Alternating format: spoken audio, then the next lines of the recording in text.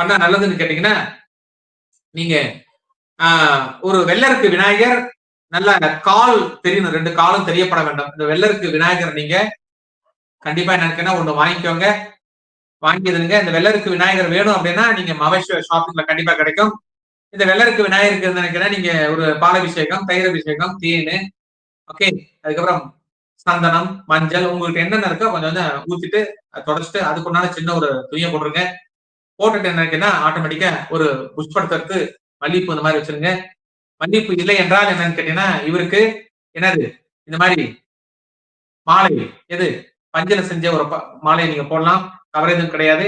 இன்னொரு பவித்திர மாலை என்னன்னு கேட்டீங்கன்னா, ஆட்டோமேட்டிக்கா நீங்க வேற வெளிநாட்டுல இருக்கவங்களுக்கு எல்லாம் பவித்திர மாலை கிடைக்காது. இந்த மாதிரி 42 முடிச்சிருக்கணும்.